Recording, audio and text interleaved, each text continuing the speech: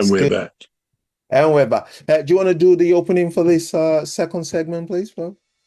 Yes, indeed. Here we are back in our second segment of the football referee, considering all things football. I'm Trevor Gear, and he calls me bruv.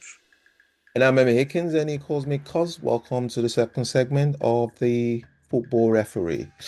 Yeah, so we was talking about Pep Guardiola, and there's something that I noticed in the match against Newcastle last night. And it's something similar to what you noticed, to what you brought up about him and Dean Edmondson after the FA Cup final last season. It was the way that he tried to antagonize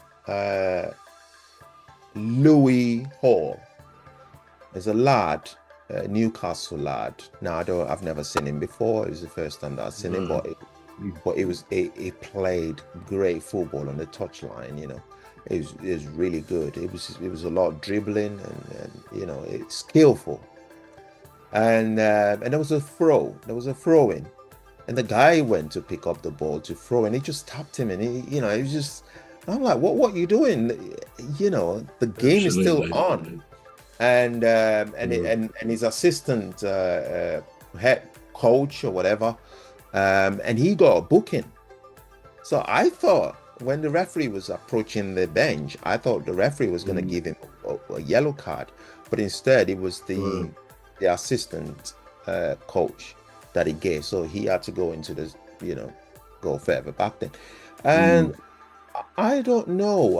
I know nobody's perfect, but I think he might have a little bit of a bad losers streak.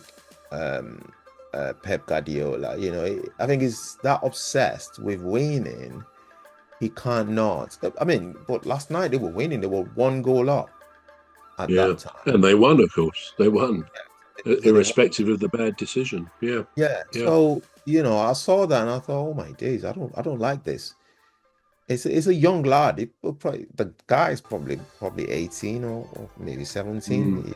very young. And I thought, no, I don't like this. This is not good. It's not a good thing for football. But anyway, so yeah, so I noticed that as well. So we're in agreement with that. So we're gonna move to Chelsea now. So it says Chelsea is looking for a new midfielder and defender. If they can sign their top targets now instead of waiting until summer, they're ready to do it. Chelsea looking for midfield and defender. Um, I thought James Reece is good. I like James Reece. Reece James is Reece James. Reece Yeah. James. Chelsea's Reece James. Do they have Yeah. is it a midfielder? What's going on there? Is there injuries? I don't Um, know. I mean, Reece James, as you say, I think is. I mean, funny thing, I don't know why, but go back a year or two, I never really rated Reece James, and I remember saying that to my boy one day, to my son Paul, and we were talking about it, and I said, "Yeah, I'm not so sure about Reece James. He gets picked for England, but I don't really rate him too much." And he said, well, he said, I look at him again, Dad. He said because I think he's a first class player. So again, I like to have an open mind and not a closed mind. And I thought, yeah, I'll watch. And he was absolutely right, Paul, because I watched him, and he's a real class act. There's a similarity to me now with our man, our captain, um, Mark Gay, who's likely to go either probably this window.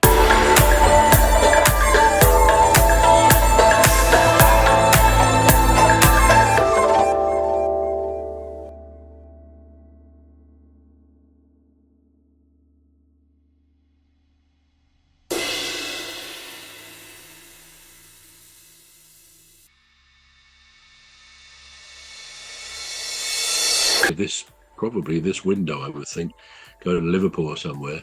The similarity with Reece James is that they're two of the calmest defenders in the game in the Premier League. You watch them.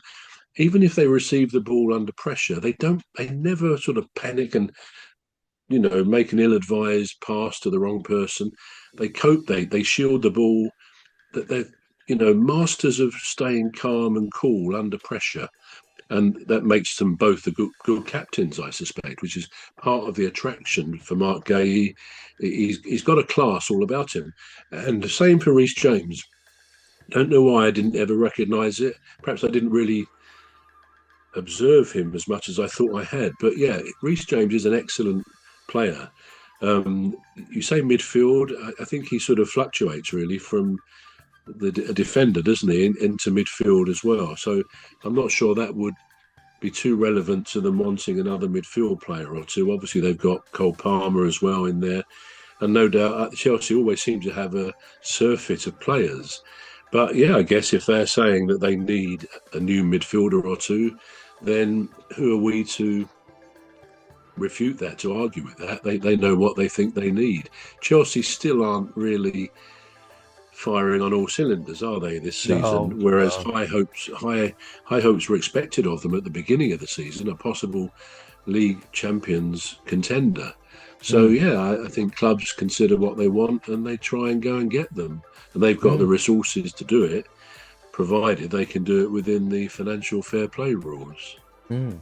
Well, I didn't see them lacking anything, Chelsea. I just thought they just lacked the will to win something. Yeah, yeah. Um, yeah. Well, anyway, now Tottenham confirmed that Rodrigo Bentancur. Do we know him? Yeah. He's undergone surgery on his right hamstring. He's likely to be out for 3 months. The injury to Bentancur accelerated Spurs' intention to sign Conor Gallagher. Who is Conor Gallagher? Do we know? Yeah, I saw that, and it annoyed me a bit because Conor Gallagher, who was at Chelsea, a youngish player then, going back, got to be 5 years, 6 years, and he came to Palace on a season's loan, and we, the fans at Palace, loved him. He was Mr. Energy. I mean, he closed down the goalkeeper when the goalkeeper had the ball, and he was all over the place. But I mean, he's not the most, if you like, skillful player, but he's got a big heart. He runs his legs off.